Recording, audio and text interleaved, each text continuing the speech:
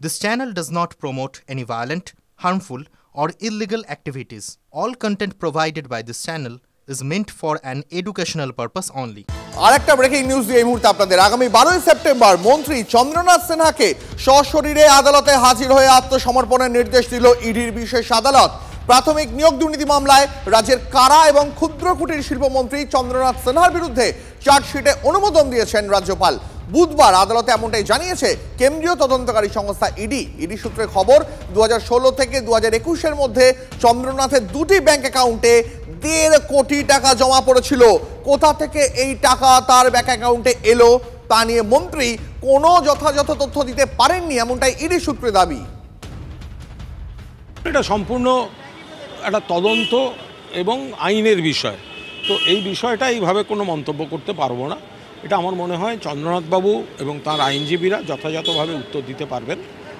কেন, কখন, কোন সময় কেন্দ্রীয় এজেন্সি সক্রিয় হয়, কোন উদ্দেশ্যে সক্রিয় হয়, এটা বাংলার মানুষ জানেন। তবু তদন্তের বিষয়, এ বিষয়ে সরাসরি রাজনৈতিক মন্তব্য এখন করব না।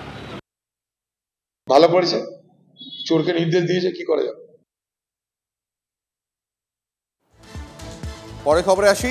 তমলুক বারাসাতের পর আজ নদিয়ার দুই সাংগঠনিক জেলা নেতৃত্বের সঙ্গে বৈঠকে বসছেন অভিষেক বন্দ্যোপাধ্যায়। প্রথম বৈঠক তিনি করবেন রানাঘাট সাংগঠনিক জেলা নেতৃত্বের সঙ্গে এবং দ্বিতীয় বৈঠক করবেন কৃষ্ণনগর সাংগঠনিক জেলা নেতৃত্বের সঙ্গে। কতটা গুরুত্বপূর্ণ এই বৈঠক, কি বার্তা দিতে পারেন তৃণমূল সেনাপতি, জানবো। আমাদের সহকর্মী সৌরভ আমাদের সঙ্গে রয়েছেন টেলিফোন লাইনে এই মুহূর্তে। সৌরভ,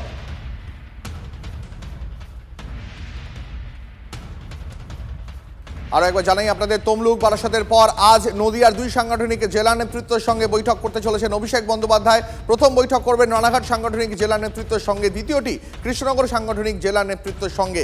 দেখুন, নদিয়া জেলা, এই গোষ্ঠী কন্দলে জীর্ণ নদিয়া জেলা নিয়ে কি বার্তা আজকে দেবেন অভিষেক, সেদিকেই আজকে নজর রয়েছে রাজনৈতিক মহলের। কি বার্তা দিতে পারেন তৃণমূল সেনাপতি, জানবো। আমাদের সহকর্মী সৌরভ গুহ রয়েছেন আমাদের সঙ্গে। সৌরভ, আজ দলীয় নেতৃত্বকে কি বার্তা দিতে পারেন অভিষেক, সেদিকে তো অবশ্যই রাজনৈতিক মহলের নজর থাকবে। তবে কি কি গুরুত্বপূর্ণ তথ্য উঠে আসতে পারে, কি কি গুরুত্বপূর্ণ রাজনৈতিক ঘটনা উঠে আসতে পারে এখান থেকে, এখনো পর্যন্ত কি জানা যাচ্ছে সৌরভ? দীপ, তোমার মাধ্যমে TV9-এর দর্শকদের জানাতে চাই যে আজকে নদিয়া জেলার শুধুমাত্র রানাঘাট সাংগঠনিক জেলা নিয়ে আলোচনা করবেন অভিষেক বন্দ্যোপাধ্যায়। কোনো একটি বিশেষ কারণে কৃষ্ণনগর সাংগঠনিক জেলার বৈঠক পিছিয়ে গিয়েছে, যা আজকে দ্বিতীয়ার্ধে হওয়ার কথা ছিল।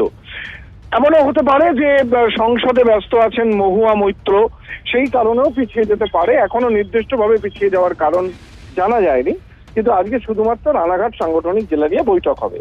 যেমনটা জেলাওয়ারি বৈঠক করছেন অভিষেক বন্দ্যোপাধ্যায়। নদিয়ায় একটা খুব বড় সমস্যা হলো তৃণমূল কংগ্রেসের বড় সমস্যা গোষ্ঠীদ্বন্দ্ব, এবং গোষ্ঠীদ্বন্দ্ব ব্যাপক রকম ভাবে সামনে চলে আসে।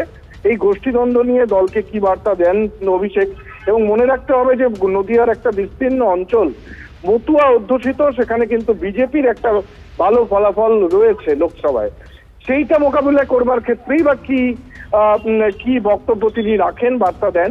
এবং একই সঙ্গে সীমান্তবর্তী অঞ্চল, সংখ্যালঘু অঞ্চল, এগুলো নিয়ে সব মিলিয়ে অত্যন্ত সেন্সিটিভ জেলা। অভিষেক কি বলেন সেদিকে আমরা নজর রাখছি এবং এই ব্যাপারে আবারও আমরা আপডেট দেব। একেবারে ধন্যবাদ সৌরভ।